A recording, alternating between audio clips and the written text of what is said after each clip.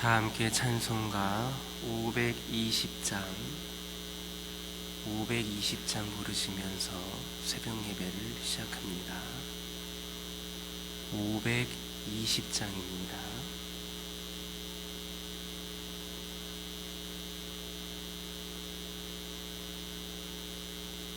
520장입니다. 듣는 사람마다 복음 전하여 복스러운 소식 두루 퍼지세. 모든 사람에게 전할 소식은 어느 누구나 오라. 어느 누구나 주께 나오라. 어서 와서 주의 말씀 들으라. 하늘아버지가 오라시니 어느 누구나 오라. 오는 사람들은 지체 말고서 문 열었을 때에 들어오시오. 생명길은 오직 구주 예수니 어느 누구나 오라. 어느 누구나 주께 나오라. 어서 와서 주의 말씀 들으라. 하늘아버지가 오라시니 어느 누구나 오라. 언약하신 대로 이룰 것이니 누구든지 언약 받을 수 있네. 받은 사람에게 생명이로다. 어느 누구나 오라. 어느 누구나 주께 나오라. 어서 와서 주의 말씀 들으라. 하늘아버지가 오라시니 어느 누구나. 1절 3절입니다. 듣는 사람마다 복음 전하여 복스러운 소식 두루 퍼지세. 모든 사람에게 전할 소식은 어느 누구나 오라. 어느 누구나 주께 나오라. 어서 와서 주의 말씀 들으라. 하늘아버지가 오라시니 어느 누구나 오라.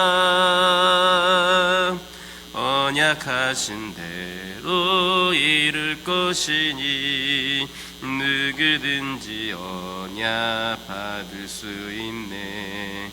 받은 사람에게 생명이로다. 어느 누구나 오라. 어느 누구나 주께 나오라. 어서 와서 주의 말씀 들으라. 하늘아버지가 오라시니 어느 누구나 오라. 아멘. 사도신경으로 신앙 고백하십니다. 전능하사 천지를 만드신 하나님 아버지를 내가 믿사오며 그 외아들 우리 주 예수 그리스도를 믿사오니 이는 성령으로 잉태하사 동정녀 마리아에게 낳으시고 본디오 빌라도에게 고난을 받으사 십자가에 못 박혀 죽으시고 장사한 지 사흘 만에 죽은 자 가운데서 다시 살아나시며 하늘에 오르사 전능하신 하나님 우편에 앉아 계시다가 저리로서 산자와 죽은 자를 심판하러 오시리라. 성령을 믿사오며 거룩한 공예와 성도가 서로 교통하는 것과 죄를 사하여 주시는 것과 몸이 다시 사는 것과 영원히 사는 것을 믿사옵나이다. 아멘. 레위기 19장 9절에서 12절에 있는 말씀입니다. 레위기 19장 9절에서 12절에 있는 말씀입니다. 9절에서 12절에 있는 말씀을 다 같이 한 목소리로 봉독합니다. 너희가 너희의 땅에서 곡식을 거둘 때에 너는 밭 모퉁이까지 다 거두지 말고 내 떨어진 이삭도 줍지 말며 내 포도원의 열매를 다 따지 말며 내 포도원에 떨어진 열매도 줍지 않고 가난한 사람과 거류민을 위하여 버려두라. 나는 너희의 하나님 여호와이니라. 너희는 도둑질하지 말며 속이지 말며 서로 거짓말하지 말며 너희는 내 이름으로 거짓 맹세함으로 내 하나님의 이름을 욕되게 하지 말라. 나는 여호와이니라. 아멘. 할렐루야. 9절에서 10절에 있는 말씀을 보면 하나님께서는 이스라엘 백성들에게 반 모퉁이의 곡물과 떨어진 이삭 그리고 포도원 열매의 일부를 거두거나 줍지를 말고 버려두라 이렇게 말씀을 하셨습니다. 이것은 가난한 자들과 그리고 다른 나라 사람들, 거류민들이 이 곡물과 열매를 주어서 연명할 수 있도록 하게 하신 하나님의 세심한 배려였습니다. 즉 이스라엘 백성들은 가난한 자들을 위하여서 자신의 밭의 곡식 일부와 포도원의 작물 일부를 희생해야만 했던 겁니다. 이처럼 선을 행하기 위해서는 자기 희생이 필요합니다.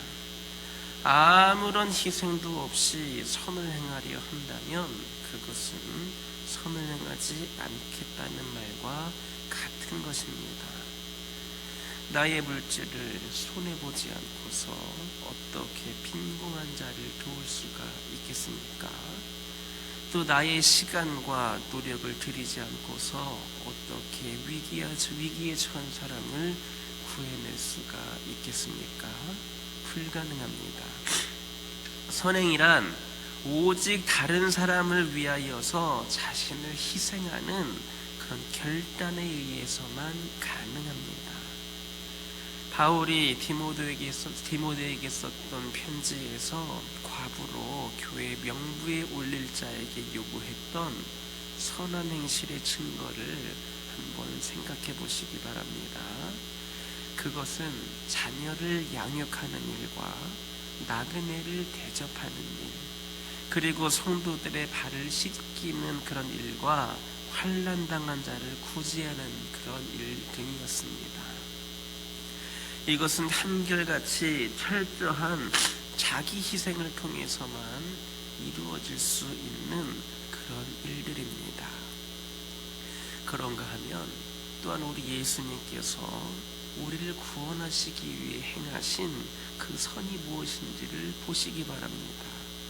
그것은 바로 하늘 영광의 보좌를 버리시고 낮고 천한 인간의 몸으로 이 땅에 오셔서 극악한 죄인의 모습으로 십자가에서 죽으신 겁니다. 즉 철저한 자기 희생을 통하여서 우리를 죄와 사망에서 구원하셨다라는 겁니다. 이처럼 선행은 철저하게 자기 희생을 필요로 합니다. 그것은 결코 몇 마디의 입술의 말과 알량한 동정심만으로 이루어질 수 있는 것 아닙니다. 때로는 물질을 들여야 하고 때로는 시간과 노력 그리고 심지어는 자기의 생명까지도 드릴 수 있어야 합니다. 그러나 오늘날 우리들의 교회들이 교회는 선을 행해야 된다. 교회는 선을 행해야 된다라는 그 명제를 강조하고 있으면서도 구체적인 자기 희생은 꺼려하고 있습니다. 많은 교회들이 교회 건축이라든지 각종 행사비는 막대한 경비를 사용하면서 구제와 선교 또 사회복지를 위한 지원 등에는 너무나도 인색한 것이 현실입니다. 이것은 결코 하나님의 영광을 드러내야 할 그런 교회의 모습이 아닙니다. 그렇다면 이와 같은 교회는 과연 누가 만들고 있는가? 바로 우리 자신들, 우리 성도들, 이 교회를 이루고 있는 구성원들입니다. 나누어주기보다는 모으기를 즐겨하고 구제와 봉사보다는 금귀거리와 목걸이로 치장하기를 더 좋아하는 우리들이 바로 교회를 이처럼 이기적인 집단으로 만들어 왔다라는 겁니다. 이제는 이런 모든 모습이 바뀌어야 합니다. 나누어줄 줄 아는 자들이 되어야 되고 희생할 줄 아는 자들이 되어야 합니다. 이것이 바로 예수님께서 우리에게 보여주신 본을 따르는 것이고 예수님을 닮아가는 겁니다. 우리가 이처럼 자기 희생을 통하여 선을 행할 때에 하나님의 말씀은 이 땅에서 다시 흥황하게 될 것이며 우리들의 교회는 놀라운 부흥의 역사를 이루게 될 것입니다. 이 놀라운 부흥의 역사를 이루어가는 그 일에 우리 모두가 주역이 되기를 예수님의 이름으로 기도드립니다. 10절을 보면 한 모퉁이 곡식과 떨어진 이삭 그리고 포도원의 일부 열매를 버려두라라고 명하신 하나님께서는 다시 한번 당신이 이스라엘 백성들의 하나님 여호와이시다라고 하는 것을 분명히 말씀하셨습니다. 이것은 이 규범이 하나님께서 이스라엘 백성들의 하나님으로 당신의 백성들에게 주신 절대적인 명령임을 그렇게 나타내고 있는 겁니다. 그러므로 이스라엘 백성들에게 있어서 자비를 베푸는 것은, 선을 행하는 것은 선택사항이 아니라 자신들이 혹 원하지 않는다 할지라도 반드시 행해야만 하는 의무였습니다. 이처럼 하나님의 백성이 사회적 약자를 돌보는 것은 선택이 아니라 의무입니다. 하나님의 백성은 때에 따라서 선택적으로 사회적 약자를 돌봐야 되고 또 돌아보아도 되고 돌아보지 않아도 되는 것이 아니라 반드시 돌아보아야만 하는 겁니다. 만약에 그렇게 하지 않는다면 그것은 하나님의 뜻을 거스르는 죄를 짓는 겁니다. 그래서 성경을 보면 사회적 약자를 돌보지 않는 자들을 단호하게 정죄하고 있습니다.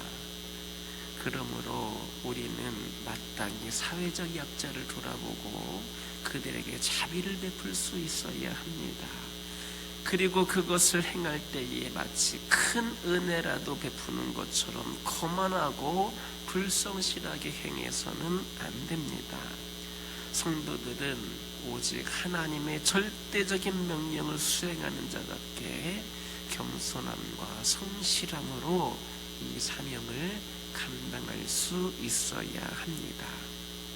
그렇다면 오늘날 우리들은 이 사회적 약자들에 대해서 어떠한 태도를 취하고 있는가 한번 우리가 돌아볼 필요가 있습니다. 정말 그들을 돌보는 것을 당연한 의무로 여기고 겸손함과 성실함으로 이행하고 있는가 한번 생각해 보라는 겁니다. 안타까운 일이지만 그러지를 못하고 있습니다. 많은 성도들이 이 사명을 감당하지를 못할 뿐만 아니라 아예 관심조차도 가지고 있지를 않습니다. 이제 이것도 바뀌어야 됩니다. 사회적인 약자를 돌보는 것은 결코 선택사항이 아니라 하나님께서 우리에게 주신 준엄한 명령이라는 사실을 깨닫고 적극적으로 이 사명을 감당해야 합니다. 그럴 때 우리는 진정한 하나님의 백성으로서 인정받게 될 것임을 기억하시길 예수님의 이름으로 기도드립니다.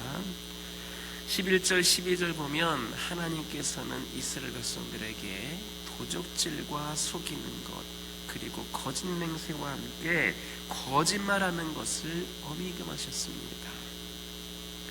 우리는 흔히 다른 사람의 물건을 훔치는 것이나 또 다른 사람을 의도적으로 속이는 그런 사기 그리고 하나님의 이름을 욕되게 할 수 있는 거짓 맹세는 큰 죄다라고 여기면서도 일상생활 속에서나 상거래를 하면서 참이 아닌 거짓을 말하는 것은 그리 큰 죄가 아니라고 생각하는 경향이 있습니다.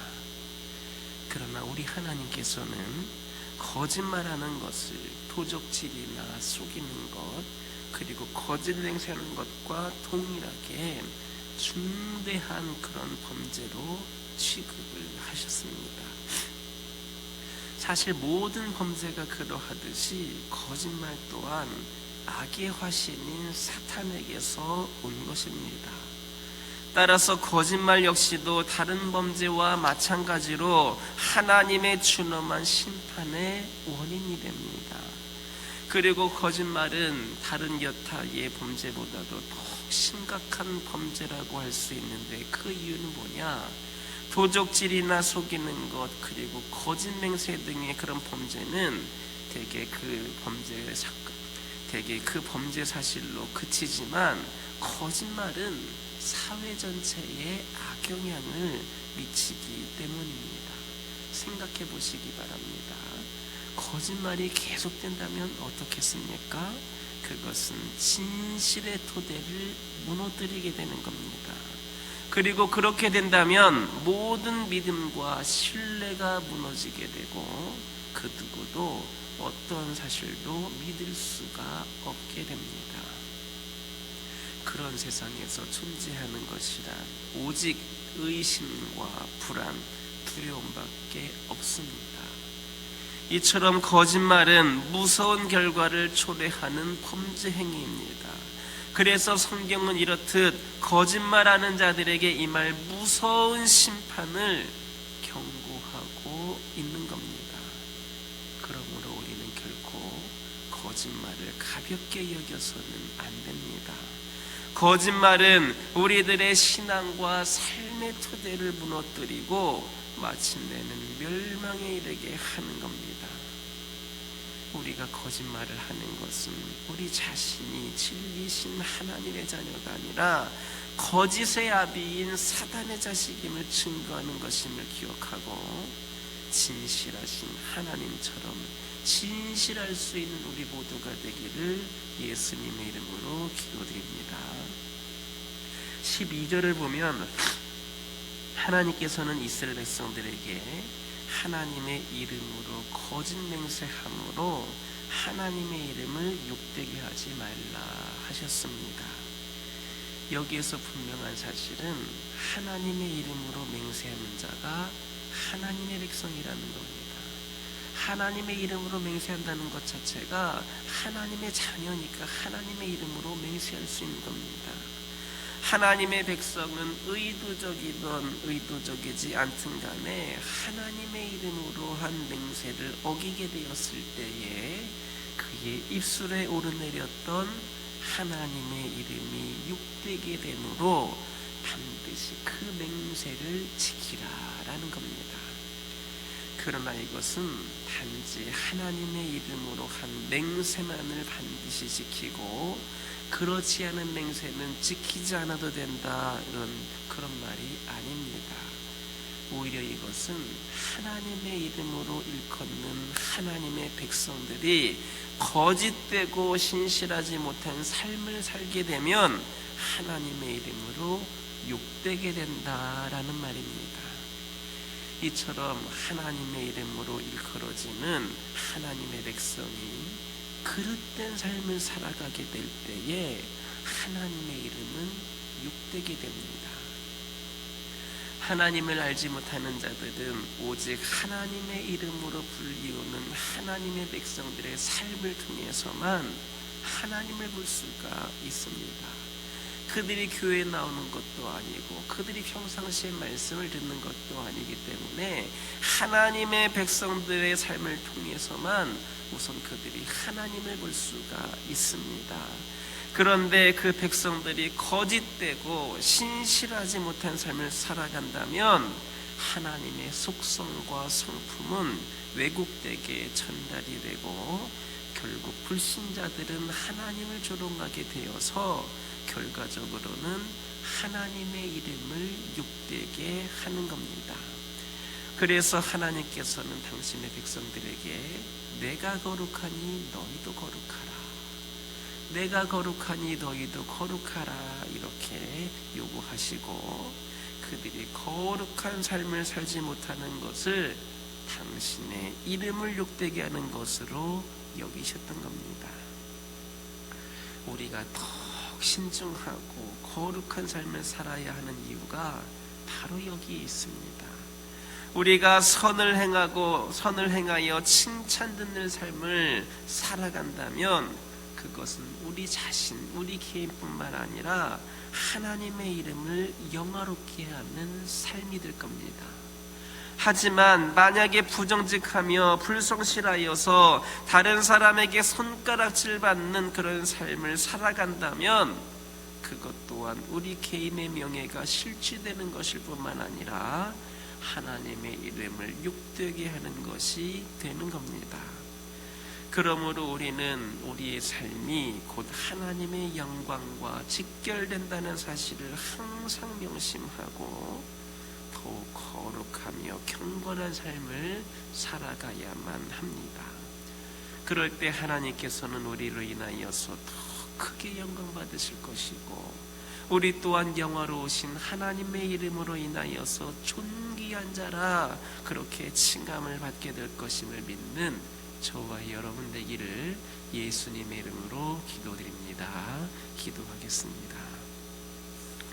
사랑의 하나님 감사합니다. 오늘 귀한 말씀을 주셔서 저희들이 그 말씀을 묵상하며 그 말씀을 기억하며 오늘 하루를 또한 시작을 합니다.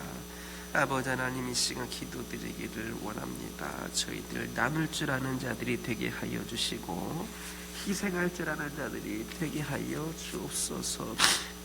이처럼 자기 희생을 통하여서 선을 행할 때에 하나님의 말씀이 이 땅에서 다시 흥왕하게 될 것이며 우리의 삶이, 우리의 교회가 놀라운 그런 부흥의 역사를 써갈 수 있을 것임을 믿게 하여 주옵소서. 아버지 하나님, 저희들 사회적 약자를 돌보기를 원합니다. 이것은 결코 선택사항이 아니라 하나님께서 우리에게 주신 준엄한 명령이라는 사실을 깨닫게 하여 주시고 적극적으로 이 사명을 감당할 수 있는 저희들 되게 하여 주옵소서. 아버지 하나님, 기도드리기를 원합니다. 결코 거짓말을 가볍게 여기지 않게 하여 주시옵소서. 거짓말이라고 하는 것은 우리의 신앙과 삶의 토대를 무너뜨리고 멸망에 이르게 하는 것임을 기억하게 하여 주시고 아버지 하나님, 진실하신 하나님처럼 진실한 삶을 살아가는 저희 모두가 되게 하여 주옵소서. 아버지 하나님, 저희들의 삶이 하나님의 영광과 직결된다는 사실을 명심하게 하여 주시고 더 거룩하며 경건한 삶을 살아가는 저희들 되게 하여 주시옵소서. 그리하여서 저희로 인하여 더 하나님께서 큰 영광을 받으시고 저희 또한 그 영화로우신 하나님의 이름으로 인하여서 존귀한 자들로 아버지 하나님 인정받을 수 있도록 역사하여 주옵소서. 저희 가정들을 기억하여 주시고 온전치 못하고 이 악한 세상에서 구별되고 거룩하게 세워진 귀한 믿음의 가정들이 되기를 원합니다. 아버지 하나님, 여러 가지 상황과 형편 가운데에서도 기쁨과 감사가 넘치는 가정들 되게 하여 주시고 늘 하나님 의지하면서 그 가정이 평안하고 웃음이 끊이지 않고 감사의 찬양 소리가 끊어지지 않는 귀하고 복된 가정들이 저희 가정들 되게 하여 주옵소서. 아버지 하나님, 기도 제목에 응답하여 주옵소서. 늘 하나님의 뜻을 분별하여서 저희 가정들이 작은 것에서부터 하나하나 주님께서 원하시는 대로 세워지는 믿음의 가정들 되게 하여 주시고, 저희 가정들의 그 솔선수범이 되고 본이 되는 모습을 통하여서 수많은 가정들 또한 영의 문이 열려지는 놀라운 역사가 있게 하여 주옵소서. 영적으로 육적으로 연약함 가운데에 고통 가운데 있는 영혼들 기억하여 주시고, 그들의 연약함이 강건함으로 변화되게 하여 주시고, 그들의 고통이 완벽하게 치유되는 은혜 가운데에 아버지 하나님이 세진 고통이 아니라 기쁨과 소망이 되는 은혜의 역사의 시간이 펼쳐지게 하여 주옵소서. 아버지 하나님께서 저희들을 사랑하시고 저희들과 함께 하시기를 원하시는 분인 줄 믿습니다. 저희들을 통하여서 하나님의 역사를 이루어가시기를 원하시는 분인 줄 믿습니다. 우리 환우들을 통하여서 이 어려움 가운데 있는 영혼들 가운데에 함께 하심으로 이들 가운데 치유 회복의 역사가 하나님을 영화롭게 하고 아버지 수많은 영혼들이 믿음의 길로 나올 수 있는 놀라운 은혜의 사건이 되게 하여 주옵소서. 교회를 위하여 기도하기를 원합니다. 아버지 하나님께서 함께하여 주셔서 이 교회가 하나님의 거룩한 뜻에 순종하여서 귀한 사명 감당하는 교회 되게 하여 주옵소서. 아버지 하나님, 그동안에 이 교회에서 멀리 떨어져 있던 아버지 하나님, 거리를 두고 있던 우리 아버지 성도들, 그들 가운데 함께하여 주시고 그들의 발걸음이 이 제단으로 이 교회로 인도되어지기를 원합니다. 아버지 하나님, 이제 일상 회복을 위하여서 방역 지침이 많이 완화가 되었습니다. 우리 교회가 아버지 하나님 예배 드릴 수 있는 상황과 형편이 열려졌습니다. 아버지 하나님, 이 예배 드릴 수 있는 이때에 예배 드리기를 소망하는 영혼들이 차고 넘치게 하여 주시고, 이 제단에 나와 함께 모두 모여서 예배할 수 있도록 아버지 하나님 그들을 주님께서 인도하여 주옵소서. 그동안에 아버지 하나님 편안함과 나태함이 주님께 나오는 길을 발목 잡지 않게 하여 주시고, 이 제단을 통하여서 아버지 하나님이시여 하나님을 깊이 만나는 그런 놀라운 역사가 있기를 소망하오니 이 교회를 사용하여 주옵소서. 이 제단에서 선포되어지는 말씀 가운데에 은혜가 있고 감동이 있고 아버지 하나님 아버지 그 가운데 능력이 펼쳐지기를 원합니다. 우리 성도들, 이 중에 있는 수많은 영혼들이 주의 말씀 듣고 힘을 얻게 하여 주시고 삶이 변화되는 놀라운 역사가 있겨라가여 주옵소서. 이 제단을 통하여서 기도하고 우리 성도들이 기도하는 모든 기도 제목들이 응답되어지게 하여 주셔서 기도의 능력 있는 제단 되게 하여 주시옵소서. 늘 성령 충만하심과 인도하심이 이 교회의 모든 것을 주관하게 하여 주시고 하나님의 뜻대로 귀한 사명 감당할 수 있도록 준비된 영혼들이 이 제단에 차고 넘치게 하여 주옵소서. 이제 아버지 하나님께서 맡기신 사명도 하나하나 다시 회복하여 감당할 수 있기를 원합니다. 아버지 하나님, 그동안 사역하지 않음으로 인하여서 이 사역하는 것이 부담이 되거나 불편함이 되지 않게 하여 주시고 사역 감당할 수 있는 것이 기쁨이고 감사가 되게 하여 주시고 이 모든 것들이 축복의 통로가 되게 하여 주시옵소서. 아버지 하나님, 다음 세대를 위하여 기도하기를 원합니다. 우리 어린 생명들, 젊은 영혼들이 이 제단의 소망이 되어서 아버지 하나님 그들을 통하여서 아버지 신앙의 대가 끊이지 않고 계속해서 연속되어 연결이 되고 다음 세대에는 더 부흥하고 세워지는 교회로 쓰임받을 수 있기를 원하오니 우리 어린 생명들, 젊은 영혼들이 이 제단을 통하여서 구원받게 하여 주시고 아버지 하나님을 깊이 만나는 은혜 체험이 있게 하여 주시고 말씀과 기도로 세워져서 아버지 하나님이시여 그들이 다음 세대에 믿음의 주역들로 거듭나게 하여 주옵소서. 이를 위하여서 영성과 실력을 고루 갖춘 자들이 되게 하여 주옵소서.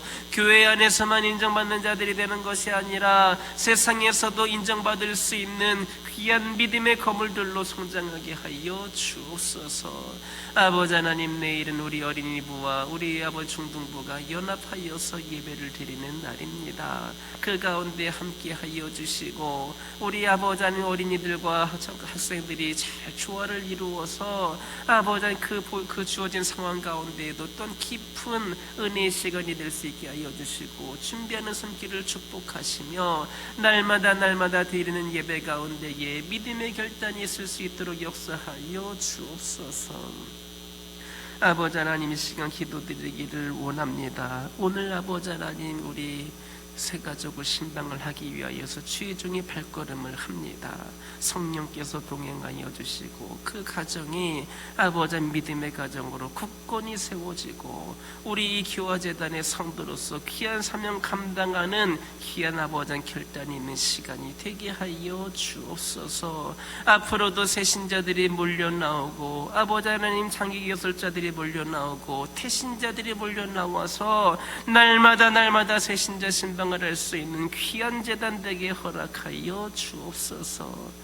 이 시간 여러 가지 기도 제목도 들고 나온 교우들이 있습니다. 부르짖으며 기도할 때에 모두가 다 응답받고 돌아가는 역사에 허락하여 주시고 오늘도 주신 말씀 기억하면서 승리의 삶을 살게 하여 주옵소서. 예수님의 이름으로 기도드립니다. 아멘.